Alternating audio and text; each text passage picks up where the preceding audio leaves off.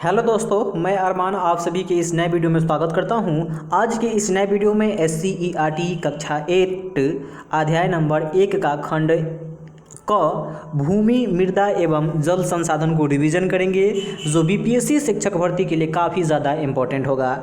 इससे पहले यदि आप इसके फर्स्ट चैप्टर को नहीं देखे हैं संसाधन के बारे में, जहां से बहुत सारे प्रश्न पूछे गए हैं PVS में, तो एक बार आवश्यक देखने का प्रयास करें। प्ले लिस्ट में वीडियो है। अगर आपको नोट्स चाहिए 6 से लेके 8 तक, तो इसके पूरे नोट्स आपके टेलीग्राम चैनल में उपलब्ध है, वहाँ से जाकर डाउनलोड करके रिवीजन कर सकते हैं।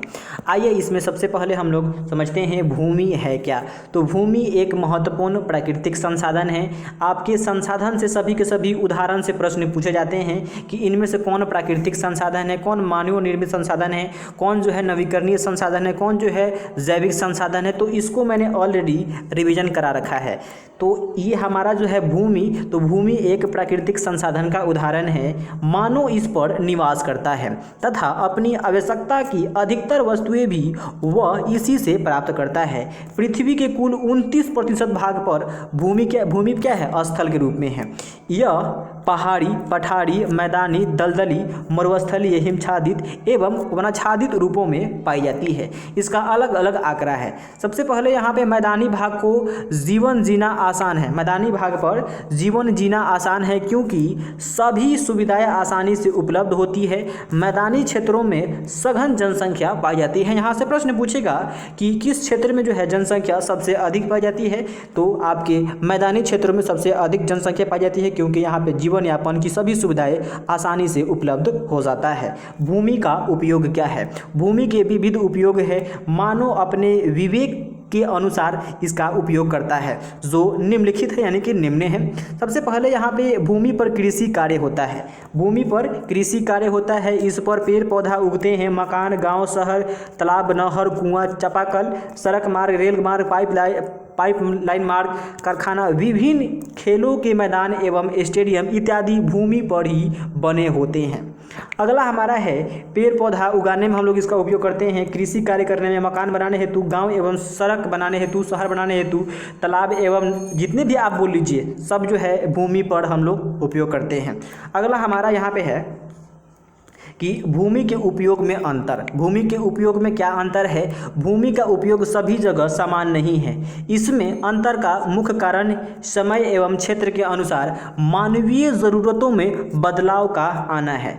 इसी कारण निम्नलिखित कार्य होता है। कभी वन के क्षेत्र को हम लोग साफ करके आदिवासी क्षेत्र यानी निवास करने योग्य के रूप में हम लोग उसका उपयोग करते हैं। कृषि क्षेत्र के रूप में विकसित किया जाता है वन को काटकर। अगला हमारा है कि कृषि क्षेत्र को आदिवासी क्षेत्र के रूप में विकसित करना, कृषि योग्य भूमि पर कारखाने लगा देना, आदिवासी क्षेत्रों की जगह पर सड़क मार्ग एवं रेल मार्ग उत्पन्न कर देना, यानी कि बना देना। अगला हमारा कि पहाड़ी प्रदेश में गेहूं की खेती की जाती है। यहाँ से प्रश्न पूछ सकता है कि पहाड़ी प्रदेश में किस फसल की खेती होती है, तो गेहूं की खेती होती है। तो आपके भूमध्य सागरीय प्रदेश में भूमि पर रसदार फसलों की खेती की जाती है। इसी प्रकार मैदानी भाग में कृषि की प्रचुरता ज़्यादा है। मैदानी भाग में कृषि की प्रचुरता ज़्यादा है, जबकि पठारी भाग में उद्योग की अधिकता अधिक है।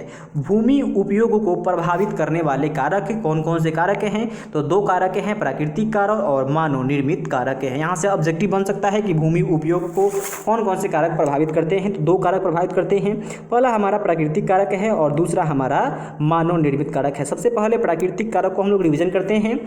स्थल रूप में विभिन्नता, मृदा की विशेषताएं एवं खनिज की उपस्थिति, जलवायु एवं जल संबंधित विशेषताएं इत्यादि जैसे प्राकृतिक कारक भूमि के उपयोग में परिवर्तन ला देते हैं। जैसे स्थल रूप में विभिन्नता, मैदानी भाग में कृषि तथा पठारी क्षेत्रों में कारखाने की प्रमुखता लाया जाता है, यानी उसके अलावा हम कर सकते हैं। अगला हमारा है कि मानसूनी जलवायु, इसमें धान की खेती होती है। शीतोष्ण जलवायु, इसमें हम लोग गेहूं की खेती करते हैं, जिसे रबी फसल के नाम से जाना जाता है। अगला हमारा कि मानवीय कारक। मानवीय कारक तकनीकी ज्ञान में वृद्धि, जनसंख्या वृद्धि, श्रमिकों की उपलब्धता तथा मानवीय आवश्यकताओं में अंतर इत्यादि भूमि के उपयोग में परिवर्तन ला देते हैं मानव के द्वारा। अगला हमारा है कि जनसंख्या वृद्धि। जनसंख्या वृद्धि क्या है? मानव का भवनों का निर्माण हेतु भूमि का मांग बढ़ा है, लेकिन भूमि का मात्रा सीमित है। जो भी भूमि है उसका मात्रा क्या है? सीमित है। मुंबई के निकट दलदली भूमि को सुखाकर ठोस भूमि में बदला गया है। वहाँ नवीन मुंबई शहर का विकास किया गया है। तो नवीन मुंबई शहर का विकास जो है दलदली भूमि पर उसे हम जो सुखाकर ठोस के रूप में उस शहर को विकास किए हैं। अगला है कि राजस्थान के गंगानगर क्षेत्र में सिंचाई सुविधा उपलब्ध कराकर खेती की जाने लगी है, जिससे यह क्षेत्र भारत के प्रमुख कृषि क्षेत्रों में गिना जाने लगा है। अगला है कि भूमि उपयोग प्रारूप। भूमि उपयोग का अर्थ कुल उपलब्ध भूमि का विविध कार्यों में होने वाले उपयोग के आंकड़े से है। अगला है कि कहीं वन क्षेत्र अधिक मिलता है तो कहीं शुद्ध बोई भूमि क्षेत्र तो कहीं पे बंजर भूमि। हमारे देश में भूमि उपयोग प्रारूपी संबंधित आंकड़े रिकॉर्ड भू राजस्व विभाग रखता है। यहाँ से ऑब्जेक्टिव में पूछ सकता है कि हमारे देश में भूमि उपयोग प्रारूप संबंधित आंकड़े कौन रखता है, तो आपके भू राजस्व विभाग रखता है। भूमि उपयोग वर्ग, तो इसके भूमि उपयोग के 5 वर्ग हैं। 5 को निश्चित वर्ग किया गया है। वन क्षेत्र की भूमि, कृषि कार्य के लिए अनुपलब्ध भूमि। अगला हमारा है, ये 2 प्रकार का होता है, बंजर एवं व्यर्थ भूमि, सड़क मकान उद्योग में लगी भूमि। अगला हमारा प्रतिभूमि। तो प्रतिभूमि को 2 वर्गों में बांटा गया है, जो है चालू प्रतिभूमि और दूसरा हमारा की जो है अन्य प्रतिभूमि। वैसा भूमि जिस पर 1 वर्ष या उससे कम वर्ष में कृषि नहीं की गई है उसे हम लोग चालू प्रतिभूमि कहते हैं। अगला हमारा है कि अन्य प्रतिभूमि, वैसा भूमि जिस पर 1 वर्ष या 5 वर्ष से कम समय तक कृषि नहीं की गई है उसे अन्य प्रतिभूमि हम के नाम से जानते हैं। अगला हमारा की है अन्य कृषि अयोग्य भूमि। अन्य कृषि अयोग्य भूमि क्या है? यह भी 2 प्रकार का है आपका, अस्थायी चारागाह की भूमि, कृषि योग्य बंजर भूमि। तो कृषि योग्य बंजर भूमि क्या है? वैसा भूमि जिस पर 5 वर्षों से अधिक समय से कृषि नहीं की गई है उसे हम लोग बोलेंगे कृषि योग्य बंजर भूमि। 5वां हमारा है शुद्ध बोई गई भूमि। अगला हमारा है कि भूमि संरक्षण की आवश्यकताएं। भूमि संरक्षण की आवश्यकता क्यों है? तेजी से बढ़ती जनसंख्या के पोषण एवं आवास संबंधित आवश्यकताओं को पूरा करने के लिए वन एवं कृषि क्षेत्र घटते जा रहे हैं। फसलों का उत्पादन को बढ़ाने के लिए रासायनिक उर्वरकों का अधिक से अधिक उपयोग होता रहा है और कर रहे हैं हम लोग। अति सिंचाई एवं पशुचारण की क्रियाएं भी हुई है, जिसके कारण भूमि की मात्रा में गिरावट नज़र आ रहा है। हमारा कि जल जमाव से मृदा में अम्लीयता तथा क्षारीयता का गुण बढ़ा है। उपरोक्त कारणों से भूमि के स्वाभाविक गुणों में ह्रास आ रहा है, जिससे भूमि का निम्नीकरण कहा जाता है। अगला हमारा है कि भूमि के अवैज्ञानिक एवं अनियोजित उपयोग के कारण भूमि का प्रसार, भूमि कटाव, भूमि के बंजर होने जैसी समस्या बढ़ रही है या उत्पन्न होता है। भूमि को संरक्षित करना आवश्यक है।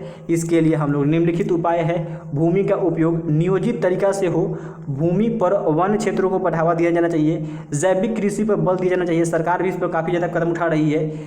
मरुभूमि के सीमांत पर झाड़ियाँ लगाई जाए। मरुस्थल रोकने के लिए पर्वतीय ढालों पर वृक्षारोपण हो तथा पर्वतरोधी दीवारें बनाई जाए। अगला हमारा है तटवर्तीय क्षेत्रों में वृक्षारोपण को बढ़ावा दिया जाए। इन सभी क्रियाओं से हम लोग भूमि के जो कटाव है उसको बचा सकते हैं और भूमि को जो हम लोग संरक्षित कर सकते हैं। तो ये था हमारा चैप्टर नंबर 1 के खंड अ। अगर आपको वीडियो अच्छा लगा होगा तो चैनल को सब्सक्राइब कर लीजिए ताकि आने वाले वीडियो का नोटिफिकेशन आपको मिलता रहे। Thank you for the watching this video.